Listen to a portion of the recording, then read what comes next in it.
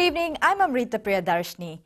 Arrangements can be made for people to register at their homes if they can't make it to the various registration centres. The Elections Office has been receiving a number of queries from the public on provisions for the sick and the elderly.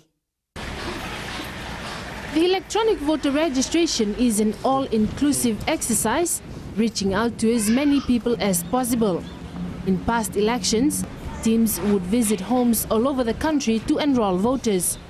While the process is different this time around, no one will be left out, especially the sick and the elderly. So essentially we're asking people to give names. So the relatives do come in and say, I may have a sickly grandmother who cannot come to this registration centre. So we're taking names down and we'll make special arrangements to go out to them. But of course these are for those people who most definitely cannot leave their home. There are also thousands living offshore who also want to have their say in who sits in Parliament 2 years from now. After this first phase, we are looking at developing a process, a system of registering them in their countries of residence at the moment. And that has not been finalized yet as to how we shall do that. But most definitely there is a administrative and indeed political will and desire to have them registered, but we'll keep them informed.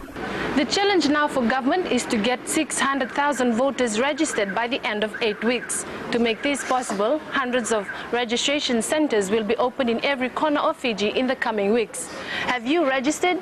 Are you going to? Eleanor Turangaivu, FBC News. A shop in downtown Suva was damaged in a drunken brawl early this morning. A group of men got into a fight outside the J.R. White shop in Victoria Parade after a night of drinking. This is the result of a scuffle at around 5 a.m. According to a security officer who witnessed the brawl, a large group of men were involved in the brawl. Shop owner Ravinesh Prasad says this is the second time such an incident has occurred. Police are yet to comment. Drug abuse costs the government hundreds of millions of dollars every year. As Epeli Tukuwasa reports, we'll continue to lose money unless drug abuse is nipped in the bud. $498 million.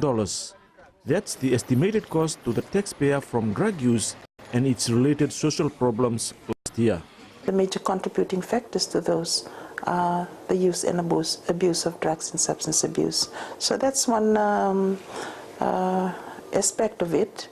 The others, of course, is this increase in criminal activities.